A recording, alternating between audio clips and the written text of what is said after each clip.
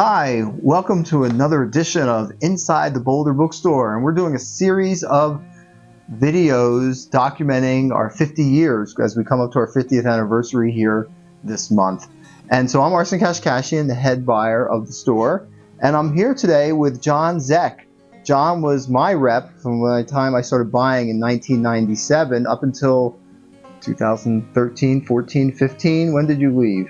2009. 2009. Wow, it's been a while since John left. But more importantly, you repped the store for HarperCollins starting in 1980. Correct. So almost 30 years. Right. So in 1980, the store was not at this big, beautiful location. We were actually down the street. Do you remember your first time you came to Boulder, or you came to the store, or what that store was like in the smaller location? The store at that point in time, and I guess I don't know if this has been part of the history or not, but David Bolduc, our friend and the always owner of Boulder Bookstore, 50 years. Wow, it's amazing.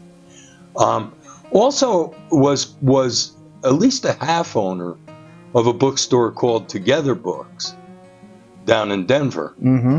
Together Books was basically what we referred to in those days as a New Age bookstore, but it was a spiritual bookstore embracing all kinds of spirituality.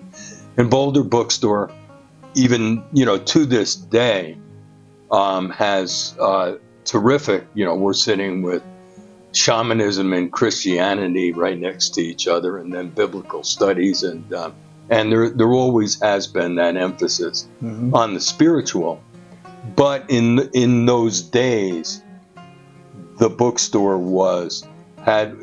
although it was a general bookstore, I think the predominant sales were coming out of the spiritual books part of the store. The bookstores through the 80s and into the 90s were faced with growing competition mostly from chains in the 80s and 90s. So yeah, we were a pretty small store, and then we moved into this big location in 91. But so I guess you talked about the store evolving from a more spiritual kind of store to being very much of a big general store. How did that affect you as a rep, and what did it enable you to sell a lot more books to us? Because Harper's has a pretty big list across all sorts of categories, And did that change your relationship to the store as it got bigger and you were able to perhaps do more with us? Well, it's kind of interesting because we were able to grow and change pretty much together. But we've always been a general book publisher, doing nonfiction, fiction, reference books, kids' books. We probably, and maybe still, had the premier line of children's books.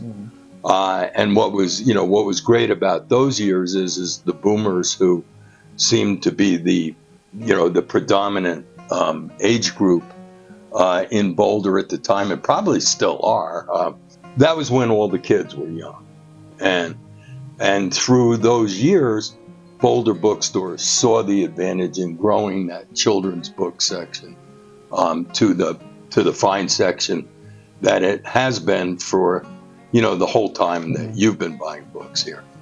Well, Liesel, of course, is our children's buyer now, and before her there was a woman named Fiona who did a great job. You guys, Harper always provided us with some great authors over the years, right? Like Barbara Kingsolver, people like that.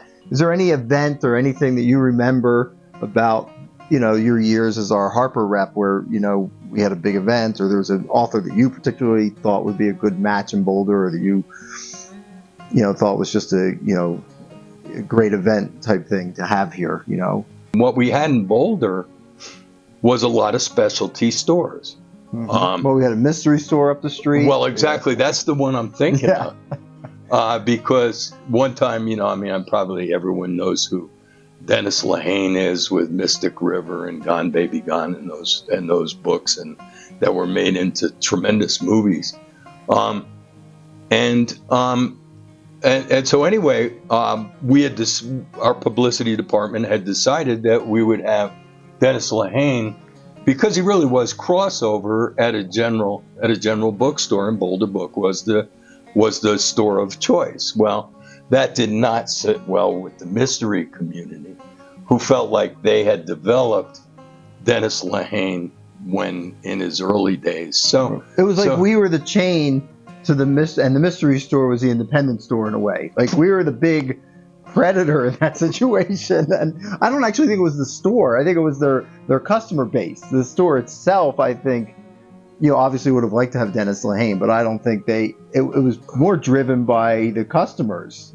Pretty much. And, and we were able to come to an accommodation where, Lehane was very gracious about crossing the street and signing stock everywhere. That's business. That's life in business. So. Mm-hmm. Well, one of the business things that we did together was, so for years, from the time you started or way before that, the reps would come with catalogs, physical catalogs, kind of like magazines, and on each page would be a book, and I'd have to go through, and if I wanted to see, like, hey, did we sell the last edition of the book? I'd have to type it into the computer, and it was kind of a nice tactile experience having these pages flip through, but it was arduous in terms of actually ordering the books.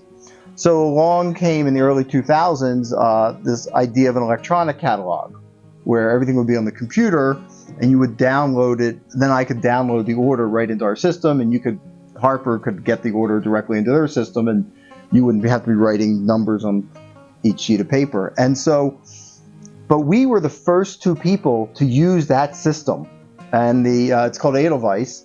And John Rubin, who had founded the system, flew out from Michigan to be with us on that buy.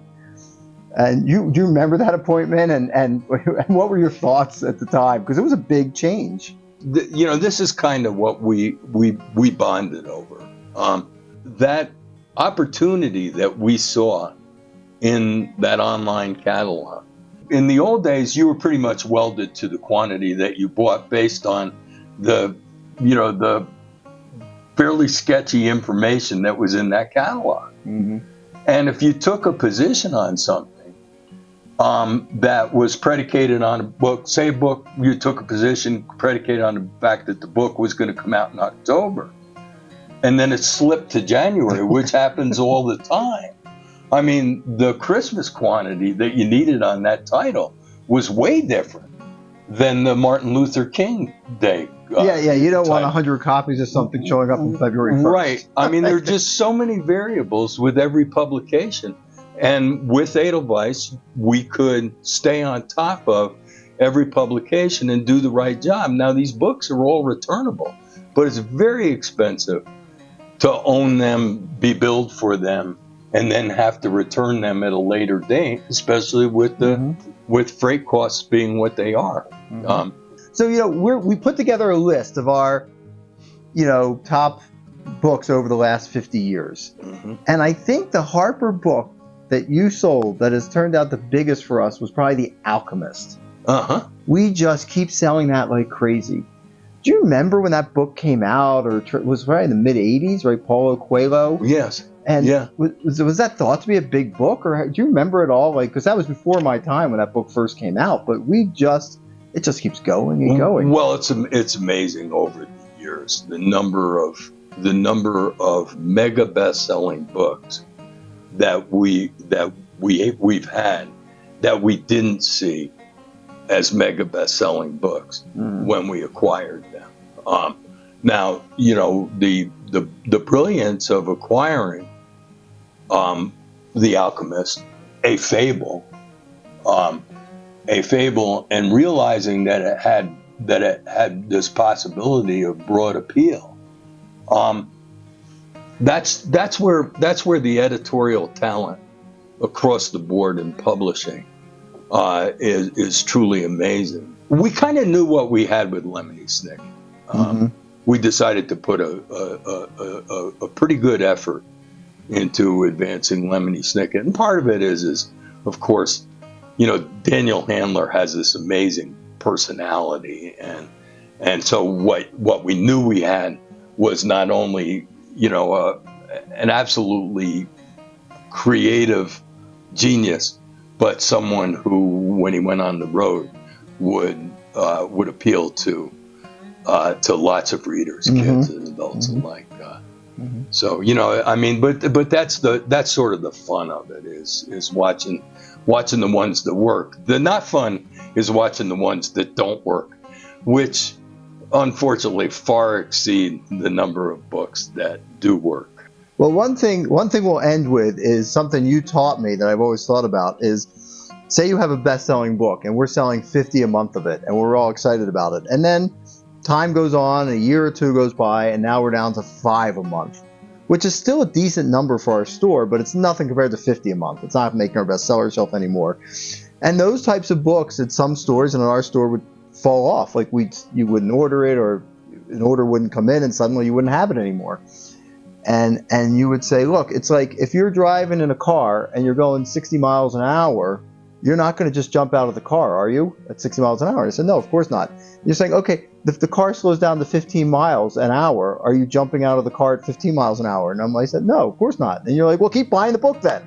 And I've always kind of remembered that, because books have long tails, and sometimes they jump back up, where you're selling a great big bestseller, and then you're selling 5 a month, and then all of a sudden something happens, and it goes back up to 15 or 20 a month, where if we had given up on it, if we had gotten out of the car, you wouldn't get those 15 or 20 sales a month. You'd miss them. And I always thanked you for that, and it made me think about our backlist and keeping books in stock in a little different way. All right, well, we've been visiting with John Zeck, my former Harper rep, who sold to the store from 1980 to 2009. And thank you for watching another edition of Inside the Boulder Bookstore. Thank you, John. Thanks, Arsen. Always a pleasure. And if you're interested in what you see, please subscribe to our YouTube channel.